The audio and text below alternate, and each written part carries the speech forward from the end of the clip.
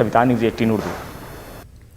मध्य प्रदेश में कोरोना की रिकवरी शरह 99% से तजावुज हो जाने के बाद बाजारों को रात 10 बजे तक खोलने की इजाजत दी जा चुकी है। वहीं रेस्टोरेंट को भी खोलने की इजाजत दी जा चुकी है। शादी ब्याह की तकरीब में 100 लोगों की शिरकत और 50% सलाहियत के साथ सिनेमा हॉल को भी खोलने की इजाजत तो दे दी गई है, मगर मजहबी मकामात पर पाबंदी बरकरार है। मजहबी मकामात, मंदिर, मस्जिद, चर्च और गुरुद्वारों में आज भी 5 लोगों की शिरकत की इजाजत है। भोपाल के मुमताज सहाफी मुनव्वर कौसर मजहबी मकामात को खोलने का मुतालबा लेकर सीएम हाउस पहुंचे थे, मगर सीएम से मुलाकात नहीं हो सकी और उन्होंने मेमोरेंडम तहसीलदार के तौसत से वज़राला शिवराज सिंह को पेश किया।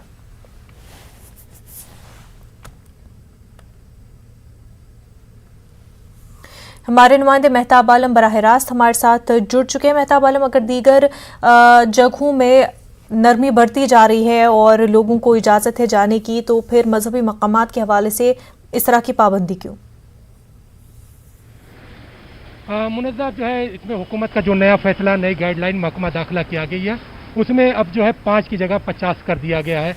और जाहिर सी बात है, हुकूमत ने मजहबी मकामात, चाहे मंदिर हो, मस्जिद हो, गुरुद्वारा हो, चर्च हो, सब में 50 लोगों के साथ इबादत गाहों में दाखिले की इजाज़त दे दी है। जो लोग जो है 2-3 दिन से परेशान थे ईद उल अज़हा की नमाज को लेकर, उन्होंने एक राहत महसूस की है और उनका ये मानना है कि जो है हुकूमत ने जो फैसला किया है वो अच्छा फैसला है। अब इसके ज़रिए लोग अपनी मसाजिद में जो है नमाज पढ़ सकेंगे, एक नहीं बल्कि कई जमात के ज़रिए पढ़ेंगे। लेकिन ईदगाह की अगर हम बात करें तो ईदगाह के लिए इजाज़त नहीं दी गई है, क्योंकि मामला ये था कि अगर 50 लोगों की शराइत ईदगाह पर लागू की जाएगी तो वहाँ पर कौन होगा जो 50 ईदगाह पर जाएगा, और इसको लेकर लोगों में तनाज़ा भी पैदा हो सकता है। यहाँ पर जो है बहुत सारी चीज़ें हैं जिसको लेकर है। और फिर मध्य प्रदेश में जो आज एक बड़ा फैसला जो महकमा आला तालीम ने जारी किया है कि तमाम चीज़ों को लेकर एक काम जारी किया गया कि 450 वैकेंसीज का जारी की गई है, लेकिन उसमें उर्दू टीचर का मामला कहीं पर दिखाई नहीं दे रहा है। हमारे साथ कुछ लोग हैं जिन्होंने जो है हुकूमत का शुक्रिया इस बात के लिए किया है कि हुकूमत ने जो एक फैसला किया है कि जो है मंदिर, मस्जिद, गुरुद्वारा और चर्च को खोलने को लेकर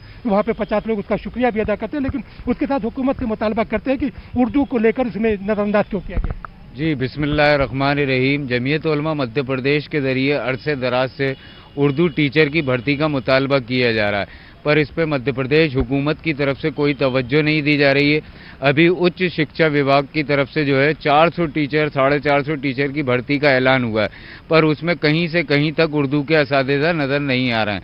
तो हमारा फिर मुतालबा है कि भाई उर्दू के बच्चे जो हैं, उर्दू पढ़ने वाले, उनके मुस्तकबिल के साथ खिलवाड़ हो रहा है। इसकी गौर व फिक्र करते हुए इस लिस्ट में उर्दू टीचर की भर्ती को भी शामिल करना चाहिए, ताकि जो उर्दू से मोहब्बत करते हैं, उर्दू पढ़ना चाहते हैं, उर्दू सीखना चाहते हैं, उनके भविष्य के साथ खिलवाड़ ना हो। यकीनी तौर पर जो है जब तमाम ज़बानों के असातिज़ा के लेकर जो है तकरूरी का फरमान जारी किया गया है, तो मध्य प्रदेश में तो मुनज़्ज़ा 2003 से उर्दू टीचर का अपॉइंटमेंट ही नहीं हुआ। इस अहकाम को कैसे देखते हैं? ये उर्दू टीचर के बारे में मैंने खुद सब उर्दू में किया है। अब मुझे ना टीचर मिल रहे हैं और ना दूसरी चीज़ें मिल रही हैं। अब मैं जाऊँ तो जाऊँ कहाँ? इनका कहना है कि उन्होंने अपनी तमाम तालीमात उर्दू में हासिल कर रखी हैं, लेकिन अब सवाल सबसे बड़ा यही है कि जब उर्दू असातिज़ा की तकरूरी के लिए ही फरमान जारी नहीं हो रहा, महकमा आला तालीम ने तो 450 टीचर्स का फरमान जारी किया, नोटिफिकेशन जारी किया, लेकिन उसमें उर्दू असातिज़ा कहीं दिखाई नहीं दे रहे हैं। तो जो तमाम लोग चाहते हैं कि जिस तरह से हुकूमत ने दूसरी मज़ामीन के जो असातिज़ा के जो है वैकेंसी जारी की है, उसी तरह से उर्दू टीचर के भी जारी हो। मुनज़्ज़ा बिल्कुल मेहताब आलम, और उर्दू असातिज़ा की तकरूरी के हवाले से न सिर्फ शिवराज हुकूमत में बल्कि कमलनाथ हुकूमत में भी टीचर्स को इस तरह की परेशानियों का सामना रहा है। तो हर हुकूमत में मुतालबे उर्दू टीचर्स के यही रहते हैं, लेकिन सिर्फ यकीन दहानियां ही कराई जाती है। मेहताब आलम, बेहद शुक्रिया आपका।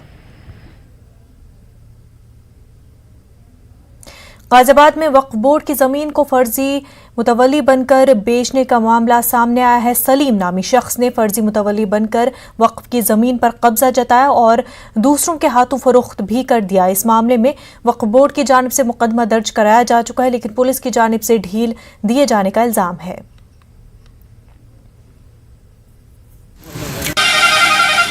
100 करोड़ की जमीन डकार गया सलीम। वक्फ बोर्ड की जमीन का फर्जीवाड़ा सामने आया है। दरअसल फर्जी मुतवल्ली बनकर सलीम ने वक्फ बोर्ड की जमीनों को बेच दिया कौड़ियों के भाव। हम बात कर रहे हैं गाजियाबाद के वक्फ बोर्ड की जमीन का मामला प्रकाश में आया है। 60 ऐसे मामले हैं जिनसे पर्दा उठा है।